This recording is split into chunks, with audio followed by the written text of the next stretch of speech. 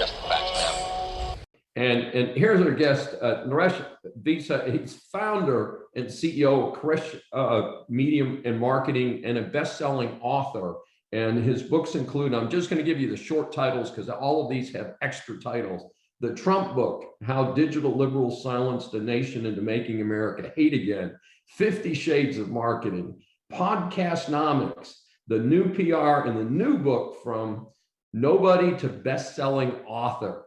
And I describe you as the new Renaissance man. So welcome to Saving America. And in our limited day, I wanted to give you a chance to talk about several different things.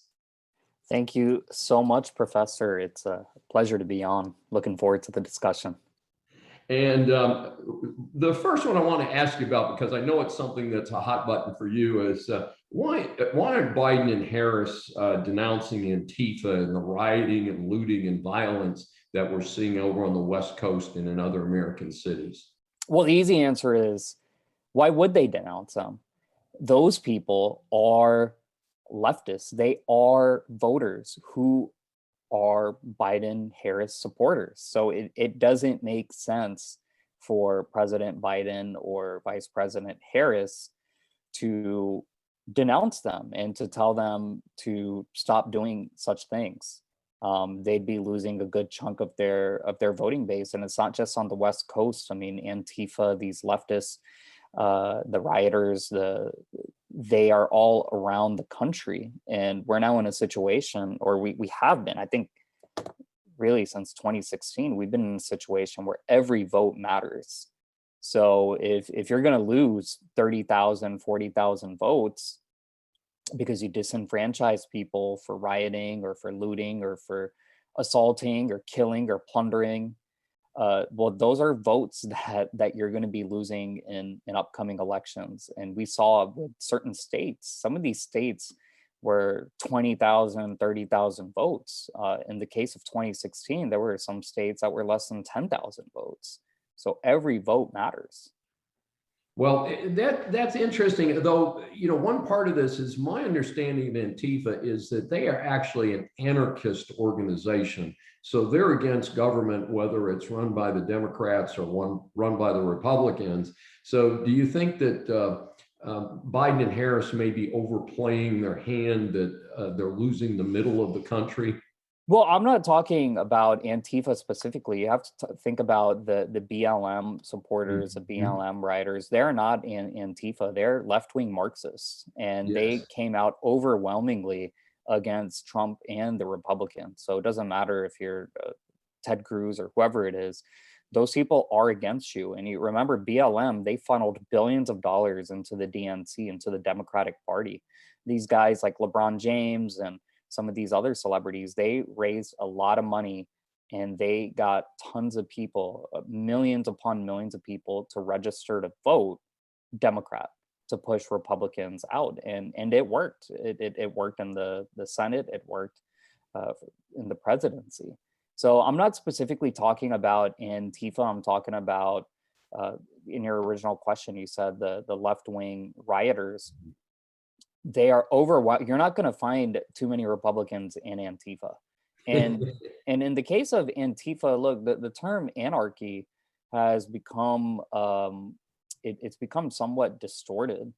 In the anarchists are generally people who are anti-government and who want less government. They want more of a free society. So if you follow someone like a Doug Casey, for example, who was big in the 70s and the 80s, he moved out of the United States and he just wanted a freer country with less government, with less taxes, with less restrictions on its citizens. And that's a classical definition of anarchist. And Antifa has come in and turned anarchy into just beating the heck out of anybody, killing people, looting, plundering, vandalizing. That's what they've turned the term anarchy into, and that is not right wing. It is not. They are a leftist movement. They are really a bunch of a lot of Democrats, but they're a bunch of leftists. That's what they are at the end of the day. Yeah, well, it's fascinating. And, obviously, due to limited time, we're going to go ahead and move on to our second question. And I've actually done a piece called The New American Civil War. And I was fascinated when I went to your site and one of your sites. I think you have 3 active sites, right, for different purposes. Yep, nareshvissa.com, krishmediamarketing.com, and workfromhomeshow.com. My podcast is a work from home show. Excellent. But tell us about your version of the New American Civil War. Well, the New American Civil War, this is a metaphor. It's not I'm not being literal when I'm saying that I'm praying for a civil war like we had in the 1860s. The New American Civil War is a metaphor for the division within the country.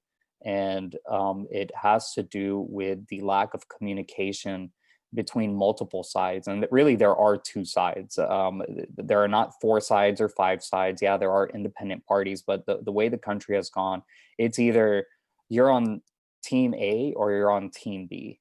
And we've seen that exacerbate since 2012. This does not go back to 2015 or 2016. I think this goes all the way back, maybe even beyond 2012 to 2000, to my memory, 2000, 2001, 2002, and it's slowly, this New American Civil War has slowly become bigger and bigger and bigger, to the point now, as you brought up with Antifa, and we look at the streets, we're seeing the streets are uncontrollable. We're seeing murderers, homicides, crime through the roof. And the year 2020 was that inflection point. The pandemic was the excuse that brought this civil war out to the streets. And so we see it on social media, digital media. We see it with big tech, the censorship of tens of millions of US citizens.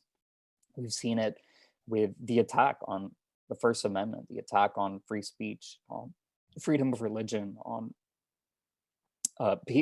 peaceable assembly. Yes. We don't see peaceable assembly anymore. This is a new American Civil War that we are in. And I truly do believe that there is no resolution. I think during my lifetime, we will see a movement of secession. And that is something that I support. If things continue to go the way I'm in Florida, you're in Texas, I think those are 2 of the maybe 10 to 15 states in the country where there is still freedom, where our constitutional rights are still valid and applicable, because this is not the USA anymore. This is the USSA.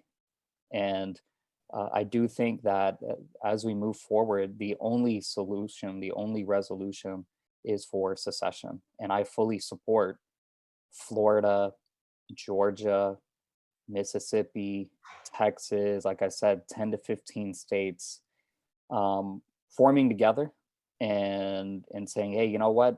We're tired of subsidizing California and New York and New Jersey and Massachusetts and Maryland and Rhode Island and all these terribly, horribly run states that are predominantly blue. We're tired of it.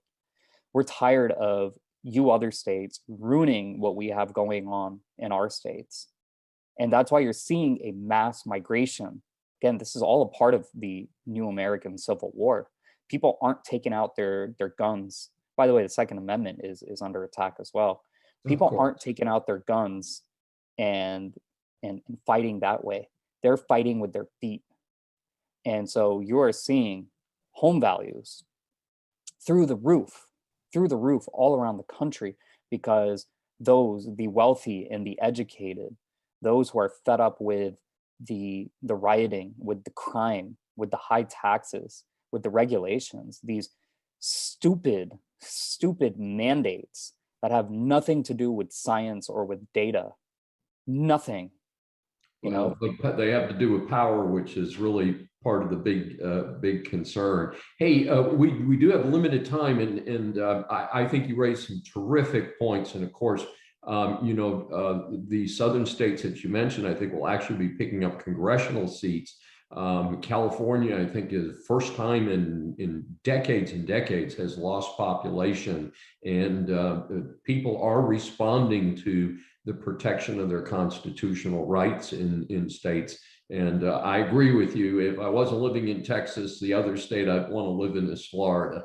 And it is tough. But I do think there is some bouncing around.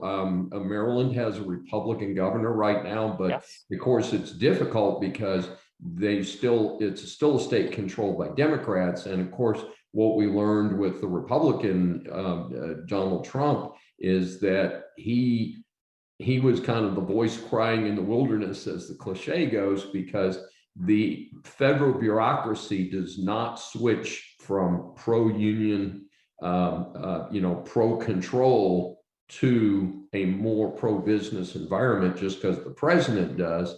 And, the Department of Justice, I think, failed Trump and a lot of other parts of the government. So I think it is kind of interesting. Hey, in the limited time we've got left, I want to completely switch gears on you. And let's talk for a few minutes about your book, Podcastnomics, and tell us about your website that supports that. Yeah, my book for Podcastnomics was my first book. I've written 5 books. It is all about podcasting from soup to nuts, how to start it, what is a podcast, how to monetize it, how to promote it, market it. I'd love to offer a free copy to your listeners. If they visit Amazon, they can see what the book is all about. And if you visit my website, nareshvissa.com, contact me through there, get on my mailing list, and just shoot me an email through there. Contact me saying, hey, I heard you on the show. I'd love a free copy of the book, and I'd love to send you a free copy. It is anything and everything podcast related. It's done extremely well and helped start a business for me. And I've spoken about podcasting long before people even knew what podcasting was. I got started in 2011 in the podcasting space, and my company, Krish Media Marketing, has helped close to 80 different podcasts start and launch.